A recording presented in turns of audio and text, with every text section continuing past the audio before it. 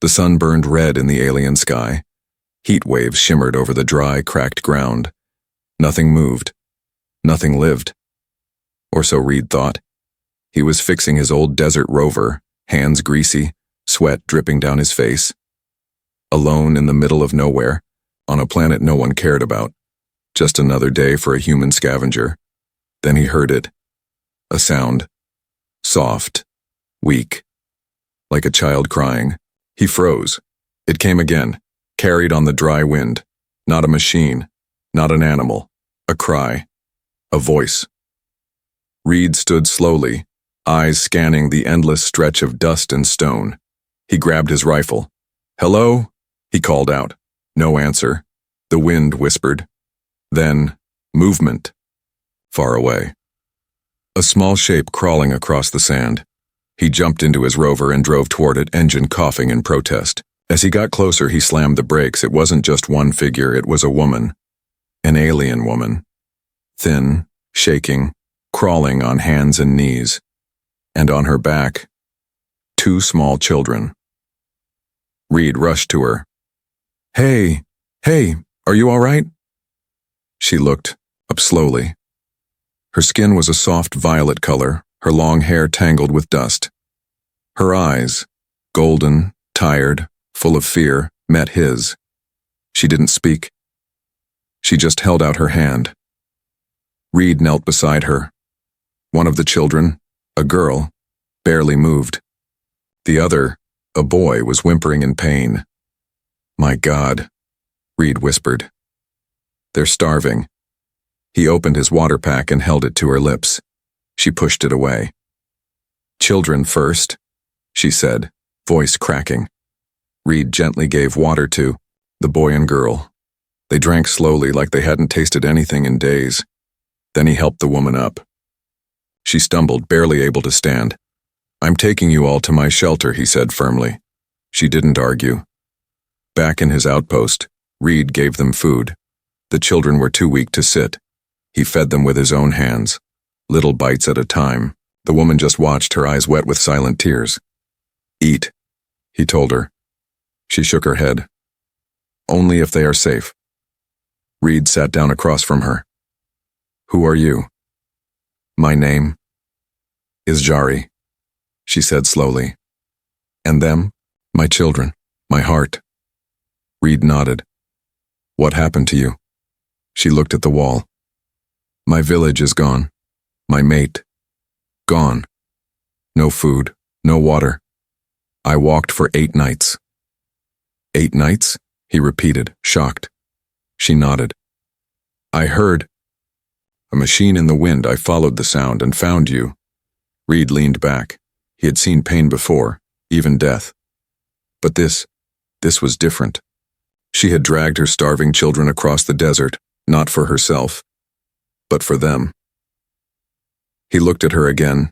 Her cheeks were sunken, her hands bruised, her clothes torn. But still, there was something strong in her eyes, a fire that hadn't gone out. He brought her soup. "You saved them. Now let me save you." She took the bowl with shaking hands. But before she ate, she whispered, "Thank you, human." That night, as the children slept, Jari sat near the heater, wrapped in Reed's spare jacket. He sat beside her in silence for a long time. Finally, she spoke. "Why did you help me?" Reed shrugged. "Because someone had to." Jari smiled, just a little. "Most human do not help my kind." Reed looked at her. "Then they're not my kind." She was quiet, thinking. Then she said something that caught him off guard. "You are kind, strong. You have food, shelter. My children like you." She turned to him, eyes full of emotion. "Would you be their father?" Reed blinked. "What?" "Not just for the night, for life. If we stay alone, they will die. But if you take us in, if you become our bondmate, they will survive." Reed stared at her. He had just met her. She was an alien. This planet was harsh, dangerous. But in her voice, he heard no games, no tricks, just truth. Jari looked down. It is too much. I'm sorry. But Reed wasn't so sure anymore. He looked over at the sleeping children, then back at her. He didn't say yes, but he didn't say no either. Reed thought he had seen enough pain in his life. He was wrong. Next morning he found Jari sitting beside the heater, arms wrapped around her children. She had not slept. Her eyes were wide open, watching them breathe. He stepped closer. You didn't eat last night. She shook her head slowly. They needed more. But you didn't even take a bite. Jari looked up. Her voice was soft. What is the use of strength if my children are weak? Reed sighed. He had brought them back from the edge, but they were still so fragile. Bones under skin, dry lips. The girl, barely 6 maybe, hadn't said a single word since they arrived. The boy had cried out twice in his sleep. He walked to the kitchen corner of the small shelter. The last of his rations were there, a few sealed packs of protein bars. Some water, a little fruit. He opened a bar and knelt beside Jari. Please, you need to eat too. She hesitated. Her eyes went to the girl. She hasn't smiled since we lost her father. Reed's voice lowered. She won't smile if you collapse. Jari looked at the food. Her fingers trembled as she reached out.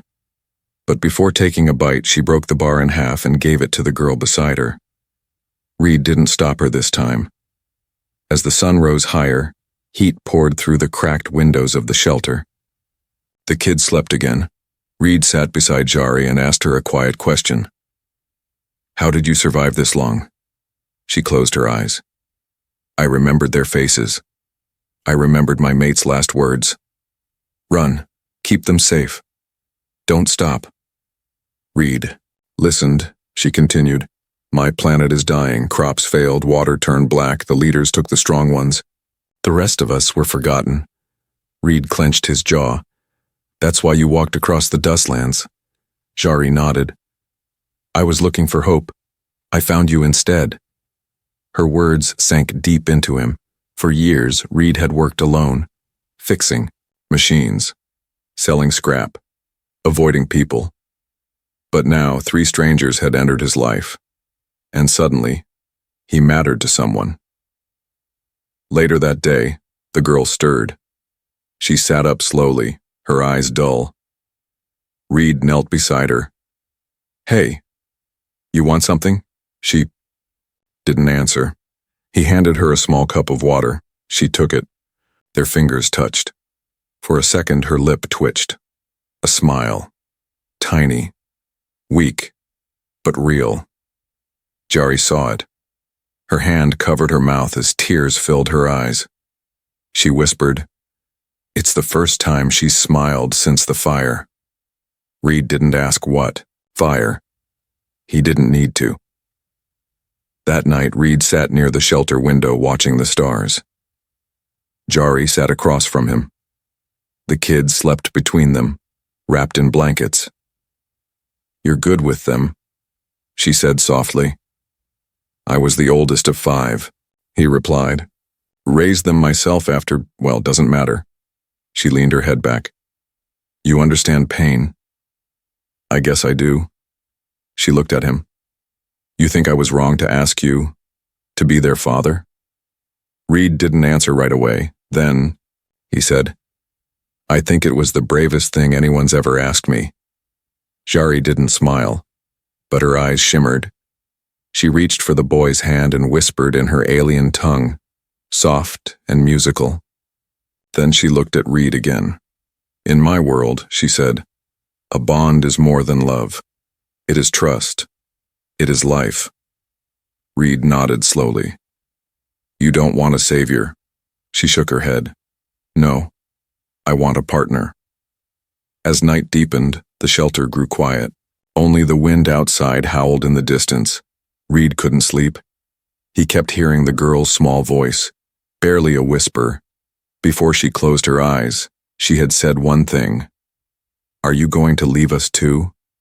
That question haunted him. And he had no answer. Not yet. Reed stared at the ceiling of his shelter, but he couldn't sleep. The girl's words still echoed in his head. Are you going to leave us too?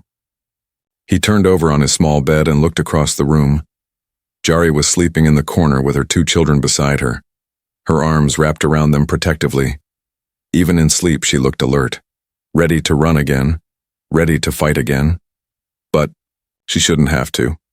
Not anymore. The next morning, Reed stepped outside to check his solar panels. The wind was cold today, blowing sand across the rocks. He didn't hear footsteps behind him until a soft voice spoke. You were awake all night. It was Jari. Reed gave a small nod. Couldn't stop thinking. Jari looked at him carefully. About what I said? He didn't answer at first. Then he said slowly, I'm not one of your kind. I don't know your customs. I don't even know if this bond you speak of would work with me. She tilted her head. Do you believe in family? Yes, he said. In protection? Yes. In sacrifice? Reed looked at her. I've done it before. Jari stepped closer. Then it works. He didn't know what to say. Back on Earth, relationships were broken things.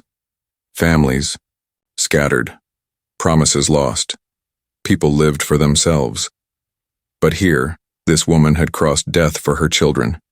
And now she stood before him, calm and strong, offering not romance, but purpose. Later that day, while Reed was fixing the outer fence, the boy, Leo, wandered out holding a small broken toy in his hand. He walked up to Reed and tugged on his shirt. What's this? Reed asked. Leo held out the toy. It was metal, bent, and had strange alien writing on it. It was my father's, Leo said softly. He told me, only fix it if you trust someone. Reed knelt. And you trust me? Leo nodded slowly. Mama does. Reed smiled. All right, let's fix it together. Inside, Jari watched them through the cracked window. Her heart ached in a new way, not from fear, but hope. She whispered to herself, maybe this planet gave us one last gift. That night, the shelter was quiet again. The toy was fixed. Leo had fallen asleep holding it tightly. Reed sat by, the fire cleaning his tools. Jari came over and sat beside him. She didn't speak for a while. Then she said, Do you know what happens to a widow in my culture? Reed looked at her. We are offered to the elders, sold, taken as servants, our children used. No rights, no choices. He said nothing. She continued, Unless someone chooses to bond with us, then we are protected. Now Reed understood the full meaning of what she had asked him. You were not just asking for a father, he said. You were asking for a shield. Jari nodded. But not a shield only. A partner. She took a deep breath and looked at him. You don't have to say yes. But if you walk away, they will come for us. Reed leaned forward. Who? The black units, she said quietly. Soldiers of the old rule. They kill or claim what they find, and they're near. Reed's hands tightened. How near? 2 moons, maybe less. Silence fell. Outside, the wind howled. Reed stood slowly. Then we don't have time, he said. We prepare. Jari looked up. Does that mean? It means, he said, that until my last breath, no one touches your children. She didn't cry. She didn't break. But her hand slowly reached out and held his. For the first time, it wasn't just survival. It was the start of something real. The sky turned gray. Storm clouds moved across the barren alien desert, but Reed knew this storm wasn't just wind and dust. Something worse was coming. Stood on the roof of his shelter, scanning the horizon through binoculars. Jari's words echoed in his mind. The black units are near. If they find us, they won't leave witnesses. Reed had heard stories about the black units. Merciless alien soldiers, ex-military, paid to wipe out survivors. They didn't take prisoners. They collected property. And now, Jari and her children were the property. Inside, Jari wrapped her children in warm clothes. The wind was picking up. Little Leo looked up at his mother. "Mama, are we running again?" "Jari." First she shook her head. "No, child, not this time." Reed came in carrying 2 blasters and a pack of old earth grenades. "I reinforced the west wall, but if they bring air support, we'll need to move fast." Jari looked at him. "You could still leave, Reed. Take your rover. Save yourself." He stared at her. "I'm not leaving my family behind." Jari blinked. He had said my. Her chest tightened. By late evening, Reed had set traps around the shelter. Barbed charges, old landmines from the mining wars, even a laser turret that barely worked. Leo helped carry wires. His little hands were dirty but proud. "You're making our home strong," the boy said. Reed smiled. "I'm just buying us time." That night, the sensors beeped. Movement. 3 clicks south. Reed zoomed in through the scope. Dark shapes in the dust. Tall. Armored. Black suits with glowing red eyes. Jari looked through the scope and whispered, "It's them." Reed loaded his rifle. "They're here early." He turned to Jari. "You still want me to run?" She looked him dead in the eyes. "No. I want you to fight beside me." Reed nodded. "Then get ready." The children were hidden inside a storage. Wall, sealed, safe, with emergency food and oxygen. Jari stood beside Reed at the front door, holding an alien pulse blade. He glanced at her. "Ever used one of those?" She gave a half smile. "Not since I lost my village." Reed grinned. "Let's give 'em something to remember." The first explosion came near the fence. A mine triggered. Dust flew into the air. Screams. 2 black. Units down. Then silence. But Reed knew better. They were testing the defenses, and testing him. Suddenly, a red light flashed over the shelter, a drone hovering high above. Reed cursed.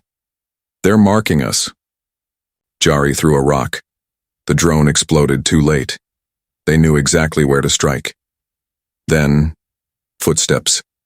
Heavy. Marching. Reed looked outside. 5 of them, one taller than the rest, helmet shaped like a skull. The commander. He raised a speaker. "Turn. Over the female and the spawn. Human. You have no claim." Reed shouted back, "This family is under my protection." The commander laughed. "Then die with them."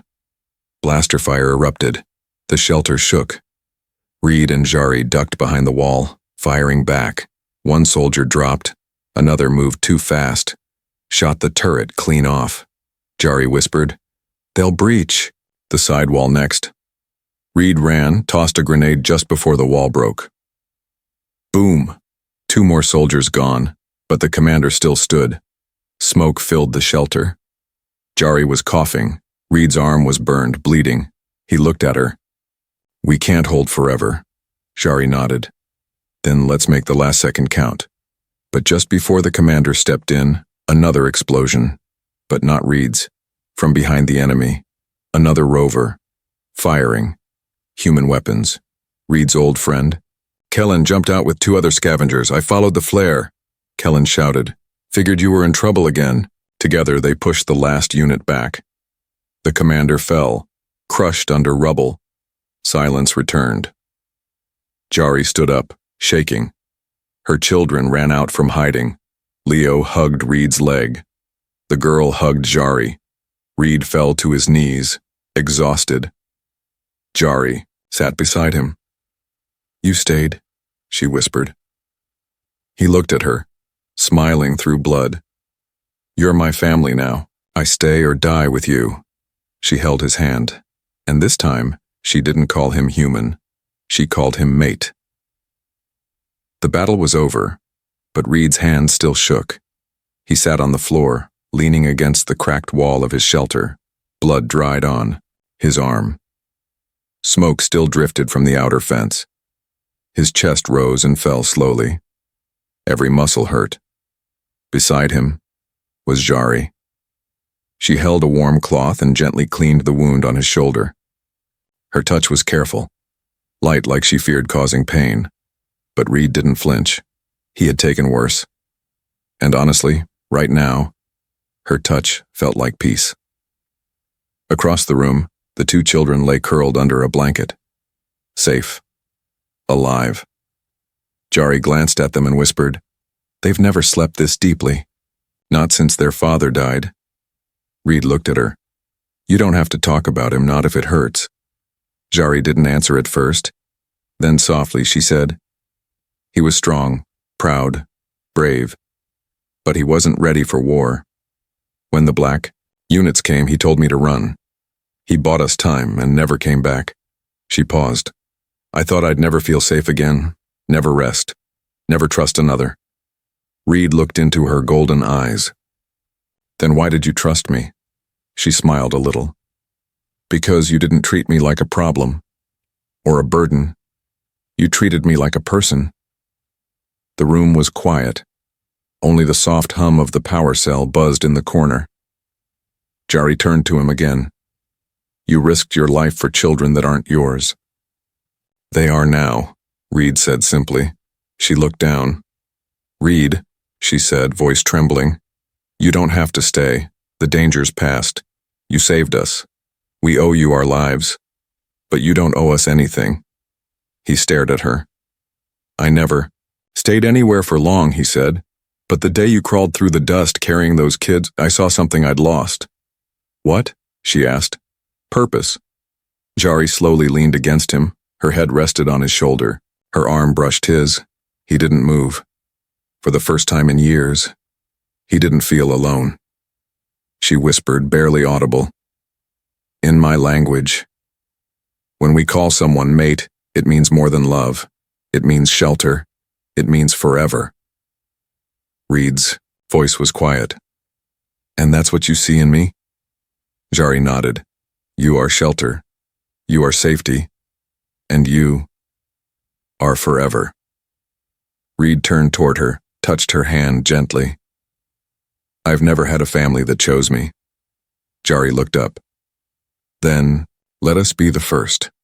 Later, the children woke up. Leo walked to Reed and climbed onto his lap without a word. The girl sat beside Jari, holding her hand. There was no fear in their eyes anymore, only trust, only warmth. Jari said, "They've accepted you already?" Reed gave a small smile. "I think I've accepted them too." Night fell again, but this time, there were no alarms, no guns, just soft laughter. Jari cooked a warm broth from Reed's supplies, adding alien herbs she had saved. The smell filled the room. The children giggled as Leo told a story about a bird that bit his toe when they camped once. Reed listened, smiling. This wasn't survival anymore. This was life. Before sleep, Jari placed her palm on Reed's chest. "Our bond does not need ceremony," she said. "Just choice." "I choose this," Reed said without hesitation. And she smiled like the stars had come closer. 3 days passed. The shelter was quiet now. Safe. Reed worked on rebuilding the wall. Jari helped him sort supplies. The children played outside with laughter in their voices for the first time in weeks. But peace never lasted long on this planet, not for people like them. That afternoon, Reed's old communicator crackled to life. It hadn't worked in months. Now it beeped. A message, encrypted. Military, human origin. He pressed the button. A cold voice spoke. "Reed Carson, you are harboring alien fugitives. You are ordered to surrender them immediately, or be marked as a traitor to Earth's Outer Law Command." Reed froze. Jari looked up. "What is it?" He stared at the device. "They found me." Reed didn't sleep that night. He sat near the fire, holding the communicator in one hand and a picture of his old crew in the other. He had once been a soldier, an Earth lawman. But those days were gone. Jari came and sat beside him. "You look like you've seen a ghost." He didn't look at her. "I've seen worse." She waited. Then he finally said, "Earth Command knows I helped you. They want me to turn you in. They're giving me a choice." Jari's voice dropped. "What kind of choice?" Reed looked up, eyes dark. "You and the kids?" or my own life. Silence filled the shelter. Even the fire seemed to die down. Jari stood. Her face showed no anger, no fear, only heartbreak. I won't ask you to die for us. Reed didn't. Move, Jari continued, voice shaking. We are not your blood. We are not your kind. You've done enough. If they come, I'll go with them. He snapped his head up. No. Jari stepped back. What other option do you have? Reed stood. His voice rose for the first time. You think I care what badge they wear? Earth Command left me here years ago. I bled for them. I watched. My team die for their missions. They abandoned me. He pointed to her children, now asleep in the back room. They didn't abandon me. You didn't abandon me. He stepped closer to her. I made my choice the moment I gave your son a water bottle in the desert. Jari's lips trembled. But if you stand with us, they'll mark you forever. Reed's voice was calm now. Then let them. The next morning, Earth's ship came. It landed half a mile from the shelter. Black, metallic, shaped like a claw. 4 human soldiers stepped out. Helmets on, guns ready. Reed stood waiting for them. Alone, the officer in charge stepped forward. Reed Carson. Final warning. Hand over the alien widow and her offspring. Reed didn't move. The officer stepped closer. Do you realize what you're giving? Up, a full pardon. Supplies. Transport. A clean record. Reed's jaw tightened. I already have everything I need. In that shelter. The officer paused. So you choose death?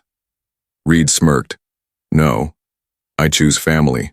Suddenly a sound came from behind the rocks, Jari and the children. They stood tall behind Reed. Jari held a staff. The boy clutched Reed's old sidearm. The girl held her mother's hand. The officer raised his weapon. You're all insane. Reed stepped forward. No, we're not insane. We're done running. The standoff lasted only minutes. Then, something unexpected happened. The youngest Earth soldier lowered his weapon. I'm not doing this, he said. I didn't sign up to kill families. Another followed. Soon, only the officer stood, trembling in rage. Fine. You want to die with aliens? So be it. He raised his gun. A blast rang out, but not from him. Jari had thrown her staff like a spear, straight into his chest plate. The man dropped. Silence. Reed turned to Jari, stunned. She said calmly, I told you. I will protect my children, and now I protect you too. They buried the body in silence. The ship was left untouched. Reed had one last chance to fly away. He didn't take it. He stood at the grave, Jari at his side, and said, This is our home now, and no one takes it from us. She looked at him, eyes full of trust. No one ever will. Weeks passed. The sky no longer looked empty. The shelter was stronger now. Walls rebuilt, gardens planted. Laughter often echoed inside. Reed had stopped, counting the days, because for the first time in years, he wasn't waiting for anything. That evening the sky was clear. The twin moons rose slowly, painting the desert silver. Reed sat outside watching the horizon. A soft breeze moved across the rocks. He breathed it in.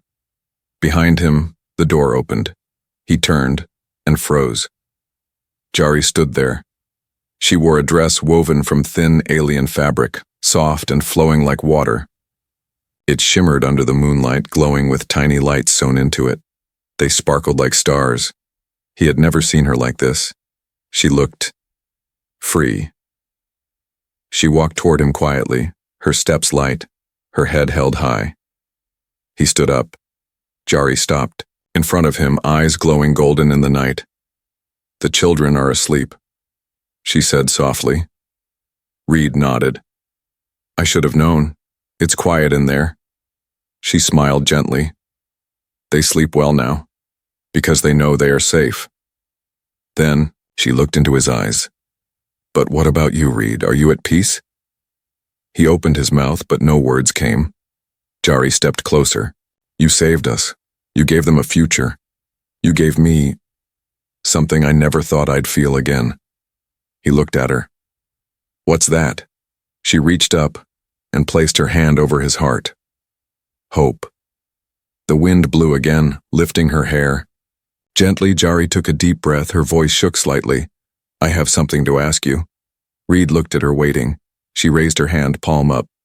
You came to us as a stranger and became our protector, our home, our heart. She took another step closer. And now, I want you to stay. Not because you feel you must, but because you want to. Reed stared at her. He had fought for many things in his life. Duty, orders, survival, but never for something like this. Never for a chance to belong. He slowly took her hand in his. I'm not going anywhere. Her eyes lit up like twin suns. You mean it? She whispered. I mean it, he said, voice full of quiet truth. I've lived a life of wandering, fixing what was broken. But you and the kids, you're not broken. You're beautiful. Jari's lips trembled, and for the first time, she let herself cry. Tears of joy. They stood together under the stars, their hands locked, the desert around them calm and silent. No more running, no more fear, just the sound of wind, the warmth of closeness, and the future waiting to begin. The next morning, little Leo climbed onto Reed's back and said, You're not just our human anymore. Reed laughed. Oh yeah? What am I now? The girl answered from the table with a giggle. You're ours. Jari stood in the kitchen. Watching the scene, her eyes were full, her heart was full, her home was whole again.